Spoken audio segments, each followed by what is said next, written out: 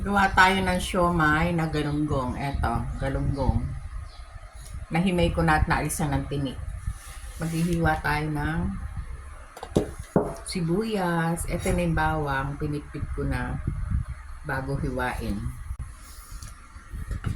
At isama na natin dito yung sibuyas. Gagad-gad tayo ng carrots. Eto. Isama na natin yung carrots. Konting asin, cornstarch. Yan, haluin lang natin. Natin ibabalot. Balutin na natin itong molo wrapper.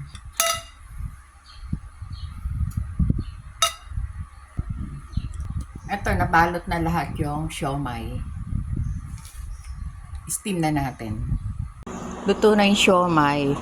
Kaya medyo mapula yan, nilagyan ko ng Worcestershire